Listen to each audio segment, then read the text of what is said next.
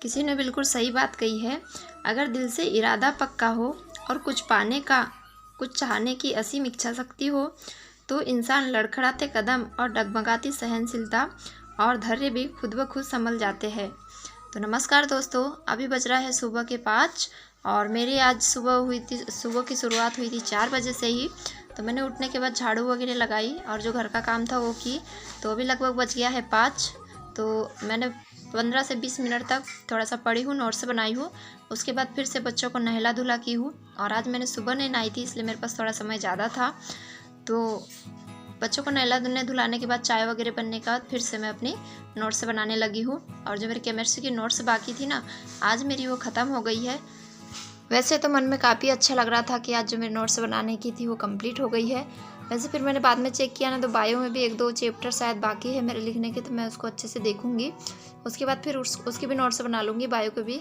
तो जो मेरी नोट्स है वो कंप्लीट तैयार हो जाएगी। और आजकल ना मेरे सर में काफ़ी ज़्यादा भारीपन सा लग रहा है। जब भी मैं पढ़ने बैठती हूँ ना, एकदम सर भारी भारी सा हो जाता है और काफ़ी तेज़ नींद आने लगती है। अभी भी जब नोट्स बना रही थी ना, तो काफ़ी तेज़ नींद आ रही थी, मुझसे बिल्कुल बर्दाश्त नहीं हो रहा था कि मैं लिख पाऊँगी करके। लेकिन फिर भी मैं नहीं उठी। अगर मैं छोड़ देती ना उस टाइम पे लिखना, तो फिर मेरा नोट्स फिर से बाकी रह जाता। तो वही है, किसी चीज़ को ठान लो ना, कर लो ना, तो जब वो चीज़ पूरी हो जाती है तो उसके बाद में बड़ा अच्छा फील होता है। लेकिन अभी फिर से मेरे काम थोड़े बड़े हुए हैं। तो जो काम बड़े हुए हैं ना, उसको लेके मुझे काफ़ी ज़्यादा बुरा लगता है। बहुत ज़्यादा गुस्सा भी आता है खुद पे ही कभी कभी कि जो हम टारगेट बना रहे हैं उसको पूरा नहीं कर पा रहे करके।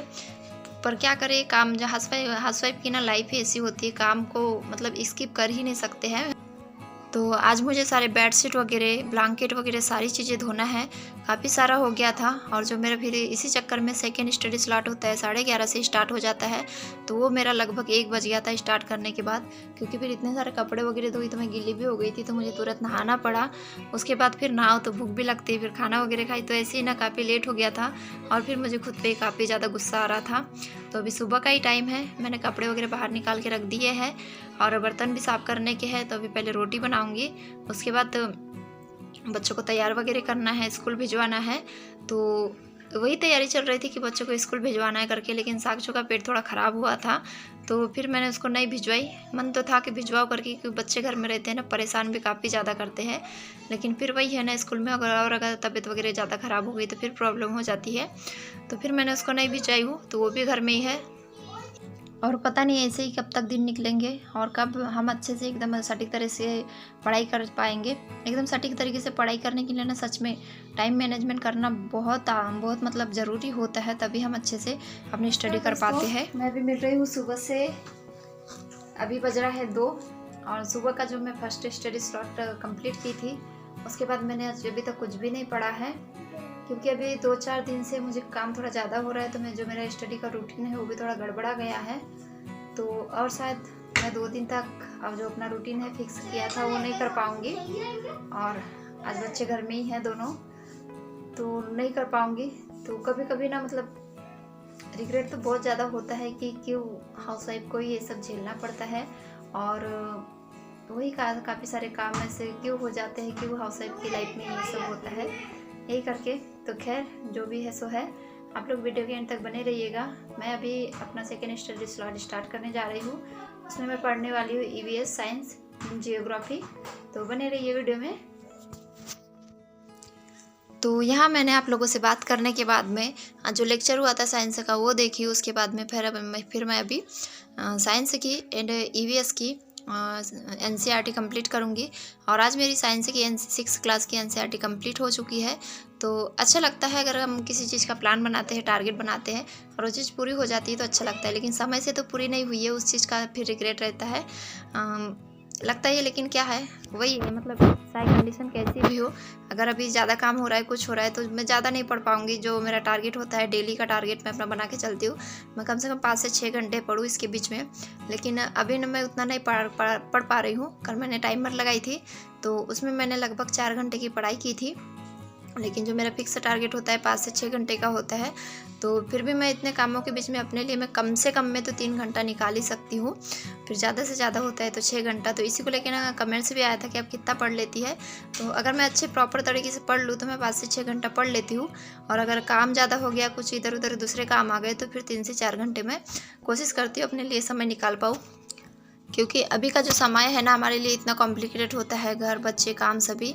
अगर हम यही सोच के रह जाएंगे तो फिर सच में आगे कुछ नहीं कर पाएंगे। तो मैं सोच रही हूँ जितना समय मिल पा रहा है उसी में खुद को ढालूँ, और जो अपनी स्टडी है उसको कंटिन्यू रखूँ। क्योंकि ब्रेक तो करूँगी नहीं, अगर ब्रेक करूँगी तो मैं पूरी तरीके से जहाँ मैं पीछे खड़ी थी, जहाँ इतने पढ़ने लिखने के बाद घर के कामकाज कर रही थी, उन्हीं के बीच में फंस गई थी, तो हमेशा के लिए वहीं फंस के रह जाऊँगी। तो अभी जैसा भी समय है मेरे लिए, उसमें उसको खुद में डाल के मुझे अपने लिए समय निकालना है और आगे बढ़ना है। तो यहाँ मैं आपको दिखा रही थी, ये जो चुंबक वाला लाइन है ना, ये सीटेट में सेम टू सेम इसके क्वेश्चन बनते हैं। तो एनसीईआरटी बुक पढ़ने का यही फ़ायदा होता है कि जो एग्जामिनर है ना वो सेम टू सेम लाइन उठा के एग्ज़ाम में दे देता है। और कोई भी एग्ज़ाम हो, एनसीईआरटी बहुत मतलब कहना चाहिए रामबाण वो है। अगर आपने एनसीईआरटी बहुत अच्छे से समझ लिया है, पूरे अच्छे से पढ़ लिया है, तो जो आपका एग्ज़ाम है वो डेफिनेटली क्लियर होगा। बस ज़रूरत है उसको अच्छे से समझने की। क्योंकि जो टॉपिक रहता है ना, कंटेंट रहता है वो तो वही रहता है, लेकिन एग्जामिनर का पूछने का जो लैंग्वेज वगैरह होती है वो थोड़ी डिफ़िकल्ट होती है, अलग होती है। तो यहाँ आज बच्चे स्कूल नहीं गए हैं तो बाहर खेल रहे हैं, फिर मैं अपने पढ़ाई पे से उठ गई हूँ। और मैंने साइंस की आज कंप्लीट की हुई एनसीईआरटी 6 क्लास की। उसके बाद बर्तन वगैरह रखे हैं, बर्तन वगैरह साफ़ करूँगी। तो वही है ना, सफलता हम जैसे हाउसवाइफ को इतनी आसानी से कभी नहीं मिलेगी। सफलता पाने के लिए हमको काफ़ी सारे स्ट्रगल करना पड़ेगा। तो खैर जितना भी स्ट्रगल हो, जितनी भी परेशानियाँ हैं, हमें रुकना नहीं है, बस आगे बढ़ते जाना है। ज़्यादा तेज़ नहीं बढ़ सकते, तो बस धीरे धीरे अपनी कंटिन्यूटी बनाए रखना है। क्योंकि यही कंटिन्यूटी और यही जो हमारा संघर्ष है वही हमें एक दिन सफलता की ओर ज़रूर लेके जाएगा। और इसी उम्मीद के साथ हम सभी हाउसवाइफ पढ़ाई कर रहे हैं, अपने लाइफ से स्ट्रगल कर रहे हैं, अपने पढ़ाई के साथ स्ट्रगल कर रहे हैं। और मुझे तो लगता है भगवान ने हम लोगों की लाइफ में सिर्फ और सिर्फ स्ट्रगल ही लिखा है। बिना स्ट्रगल के हमारे साथ कुछ नहीं हो सकता है। मतलब ना सारा सब कुछ मैनेज करते हुए पढ़ाई करना सच में बहुत ज़्यादा डिफ़िकल्टी होता है। और जो काम है वो तो खैर हमको फिज़िकली तरीके से करना है, लेकिन पढ़ाई करना है तो उसके लिए मेंटली भी हमें प्रिपेयर होना पड़ता है। तो वो चीज़ बहुत मुश्किल होती है। तो खैर मुश्किल तो है लेकिन नामुमकिन नहीं है। बस हमें करना है, जैसा भी समय है, जैसी भी कंडीशन है, उस हिसाब से खुद को ढाल के फिर हमें करना ही है। मतलब मेरा मानना सिर्फ और सिर्फ यही है कि समय हमारे हिसाब से कभी नहीं हो सकता, हमें समय के हिसाब से ढलना होगा। समय हमारे लिए कभी समय नहीं निकालेगा, हमें समय में से समय निकालना पड़ेगा अगर हमें कुछ करना है अपने लाइफ में। तो बस यही है। तो मैंने काफ़ी सारे आज कपड़े वगैरह धोए थे, बेडशीट वगैरह और ब्लैंकेट वगैरह, तो उसी के साथ में गद्दा भी सुखाई थी। तो अभी इसको उठा के ला लेती हूँ और फिर और सारे इवनिंग के काम है। इसके बाद वीडियो एडिट करूँगी, वीडियो पोस्ट करूँगी और इसी के साथ वीडियो एंड भी करूँगी। तो आई होप आप लोगों को वीडियो पसंद आएगा। अगर थोड़ा भी वीडियो पसंद आता है तो प्लीज़ वीडियो को लाइक शेयर एंड सब्सक्राइब कर दीजिएगा। क्योंकि अब ना मुझे कभी कभी ना वीडियो भी डालने का मन नहीं करता है, लेकिन क्या करें, आज नहीं कल तो सफलता मिलेगी। इसी उम्मीद के साथ मैं डेली वीडियो डालती हूँ, डेली बनाती हूँ और आप लोगों से मोटिवेट मैं होती है, मेरे से आप होते हो, तो यही मेरे लिए बहुत कुछ है। तो चलिए बाय बाय, टेक केयर।